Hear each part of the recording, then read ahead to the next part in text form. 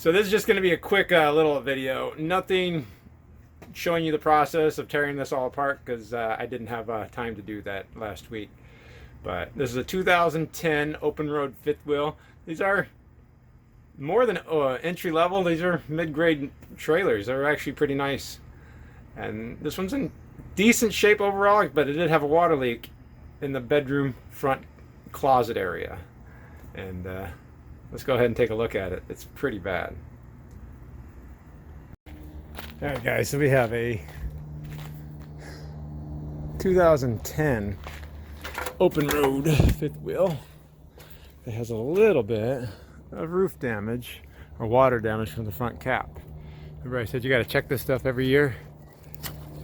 If you don't, the rain will check it for you. And it's easy to see.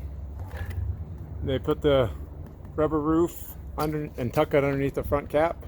Just like I tell you guys not to. I'd rather have the rubber on top and then trim on top of that. Otherwise, when this lets go, like it seems to always let go.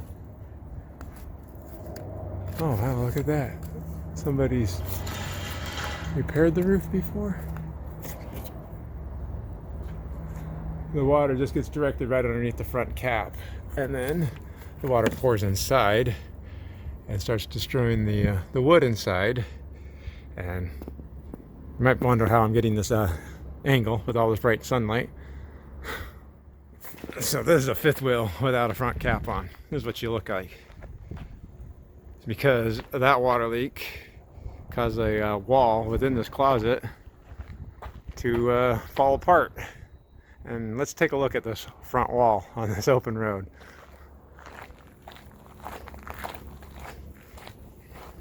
So normally RVs are built with Luan plywood, but because it has to make these weird S curves and inside curves, you can kind of see it bending around like that. Luan wouldn't make that without breaking. So they just basically use chipboard, which is cardboard. And as you can imagine, once you get water on that one time, it doesn't do very well. So that has to be rebuilt. This is the frame that sandwiches it up against. And we've already gone ahead and taken them all out, but those are brad nails. So they just shot brad nails through cardboard into aluminum to hold this thing into position. You can see that was all rotten too. And that would have gone right across the bottom here. So you had water coming all the way down to there, getting into there. Even from underneath you can see that cabinet face is damaged all the way on the inside. So I'm going to enter an RV fifth wheel by going through the closet. And keep in mind, this is pretty much how every trailer is made. So even on the inside, somebody did a cosmetic repair using these tiles. So if you ever open a closet and you see issues like that, especially latches that are all wet, it's a good chance it's been getting wet for quite some time. So we have to completely rebuild this cabinet face too. Of course, you can kind of see inside the wall right here. There'd be a piece of paneling right here, so you would. This is what's actually supporting that clothes hanger that would have gone across. Well, it would have gone across from here to the other side right there. So it's just a piece of plywood that's been glued and screwed, not screwed, but stapled to the 1/8 inch paneling. And that's all the structure you have in your closet. These things are not made like a house. You have to keep it fairly lightweight. That's why once you get water into these, you've had some issues. That's why it's really important to check your roof. I know a lot of people say, why don't you just do this from the inside? But you have to understand how these things are built. These roofs, these ceilings, that's the ceiling fat panel. It's resting on top of the wall itself. You can't take this panel off without cutting right there at the wall. And once you do that, you've lost all your nailing surfaces. Same with this inside one. This is what actually makes the turn. If you don't have it on this lip right there, there's nothing to actually mount it to. So you can't just do this from the inside without somehow building a whole nother frame on that just to nail it to. The good news is this front cap actually didn't, it was pretty easy to take off. The biggest problem was getting the wiring because they pulled all the Romex and the 12 volt pretty tight on this one. So this is intact. You can see in that corner where all these is rusted. That means those screws were getting wet and they're getting rusty. And you can even see the other side was letting go too. So it's not an uncommon problem, as you might be seeing on my videos, that these front and rear cap moldings pop up pretty easily. I don't know if I'll show you the finished product or how everything's going together, but we're going to be going with a non-organic process on the front. That is to say, stuff that won't rot in the future. It'll basically be Phylon with carpet on it. That way it makes those curves really easily. That metal frame will come on. It'll hold itself positioned correctly, and if it does get water in the future, it's not going to fall apart. So I'm just laying this out. Contact cement. Glued that down. So you got Phylon on the back there. This is like a floor adhesive. So we got carpet, Phylon. It'll wrap around there, then the frame will go on top. Well, there we go. It's laid out. Should make those curves really easily. And then the whole thing can be put up in there and screwed in place and wired back up. Gotta get some cover over that.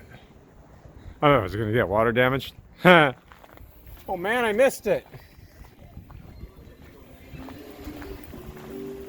This is Joanne Jenkins, CEO of Joanne Jenkins. You're Joanne Jenkins.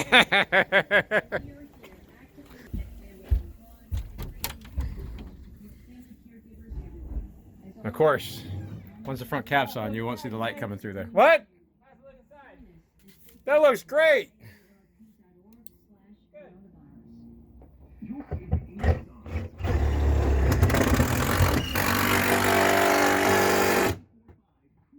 So there you go. That's how you repair it. Now, because this is Phylon and carpet, it won't rot.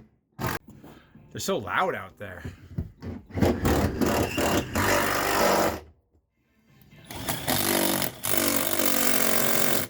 Almost have to get the big drill. Almost.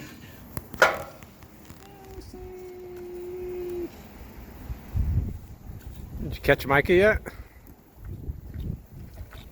Big fish. You tried the good bait? About as good as you can get, right? That's what Got they say. anything? No, you're not here yet. Oh, also, this is the structure.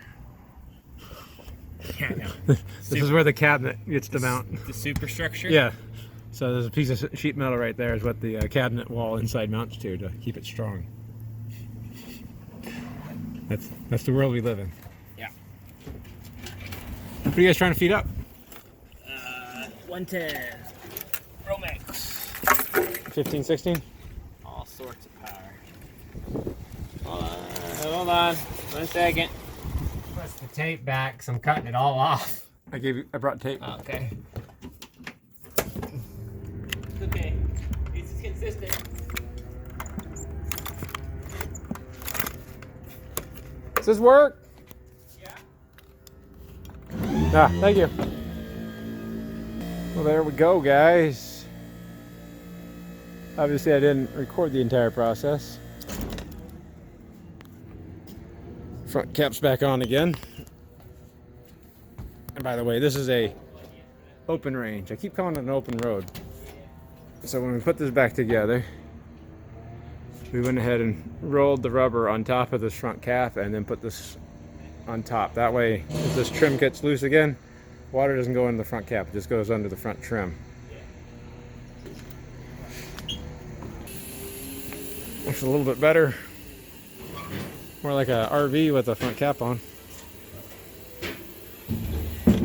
Go inside real fast. We also had to rebuild the entire basement on this thing. Water leaks are quite nefarious in an RV.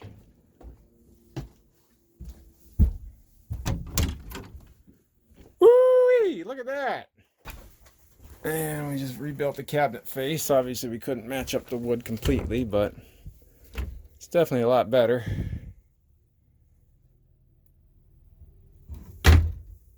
Rebuilt all the shelving. Oof. I tell you, I'm really proud of those closet latches, aren't they? And this is what it looks like on the inside.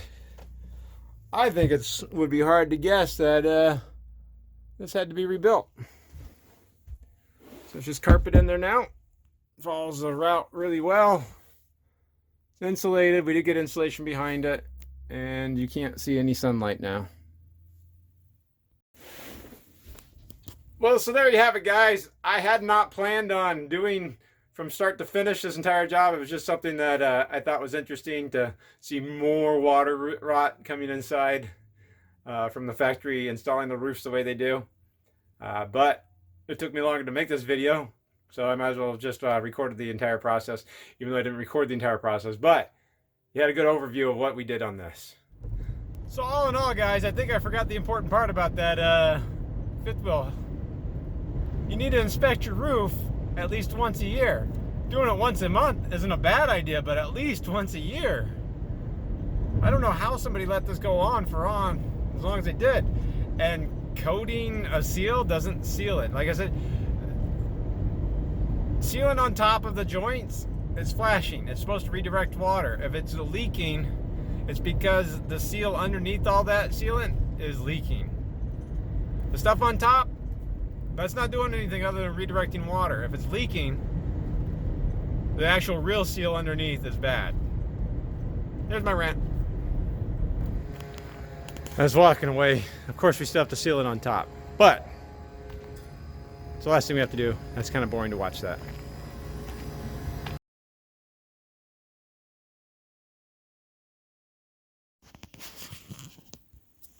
Let me ask you guys something.